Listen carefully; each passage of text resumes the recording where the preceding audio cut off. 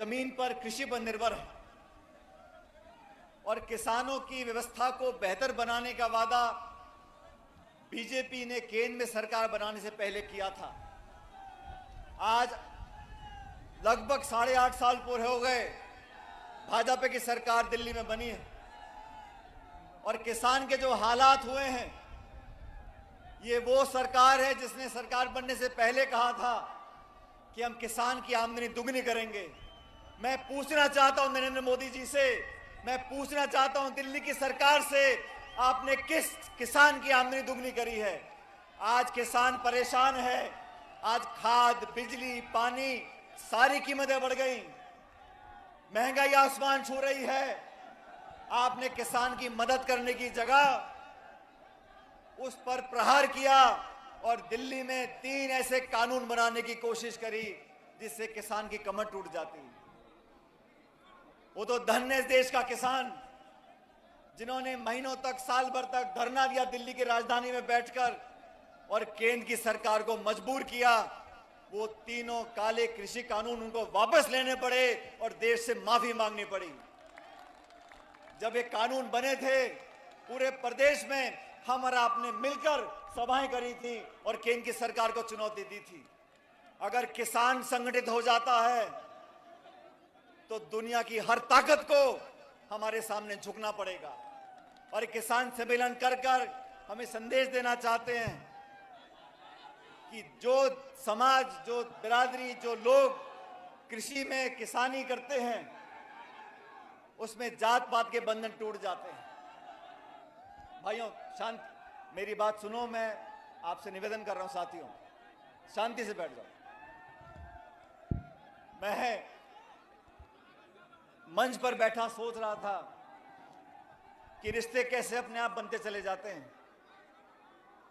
आज सभा के बाद मैं करनाल में वीर तेजाजी महाराज के मंदिर में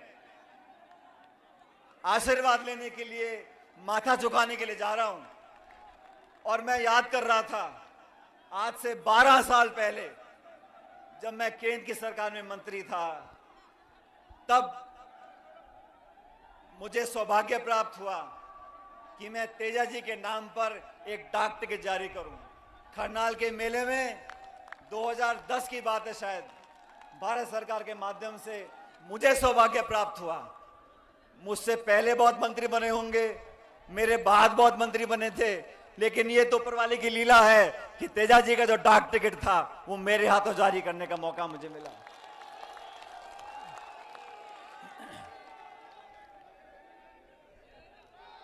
साथियों, देश में आज से 9 साल पहले जो भारत की जनता पे कर्जा था वो 56 लाख करोड़ का था। भारत में, देश में 9 साल पहले जनता पे जो कर्ज का बोझ था वो 56 लाख करोड़ था। आज वो कर्जा 1.5 लाख करोड़ का हो गया। 1.5 लाख करोड़ का कर्जा जनता के ऊपर है। वो लोग जो बात करते हैं आम आदमी की, किसान की, उद्योग की, निवेश की, रोजगार की, आर्थिक प्रगति की, आज इस सम्मेलन के माध्यम से उसने पूछना चाहता हूं उन लोगों से कि आप सत्ता में काबिज हुए, अर्थव्यवस्था चौपट हो गई, नोटबंदी आपने कर दी, जीएसटी थोप दिया, महंगाई आसमान छू रही है, बेरोजगारी के रिकॉर्ड टूट रहे हैं और आपने जो कानून बनाए, जमीन अधिग्रहण के खिलाफ आपने कानून बनाने की कोशिश करी, आपको वापस लेना पड़ा। किसानों के खिलाफ आपने 3 कृषि कानून बनाए, आपको वापस लेने पड़े। और फिर आपने क्या किया? क्योंकि हम सब नागौर में हैं, ये वो जमीन, वो धरती है जहां के बच्चे, जहां के बेटे वर्दी पहनकर हमारे देश की सीमा की रक्षा करते हैं। सरहद पर खड़े होकर गोली खाने का जिनमें जज्बा है वो राजस्थान, मारवाड़, नागौर के बच्चे वहां जाते हैं। केंद्र की सरकार ने क्या किया? एक नई योजना बना दी, अग्निवीर की योजना।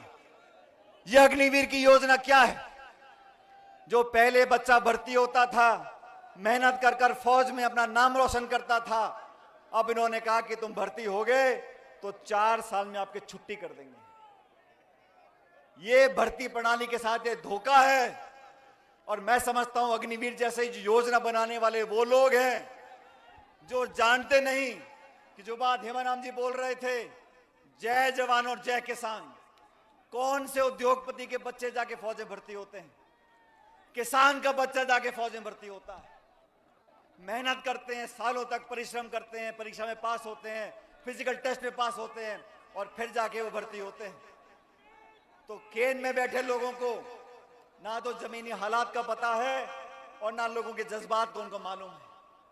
धर्म के नाम पर, जाति के नाम पर, भाषा के नाम पर, प्रांत के नाम पर लोगों में विभाजन कर कर वोट लेना जानते हैं।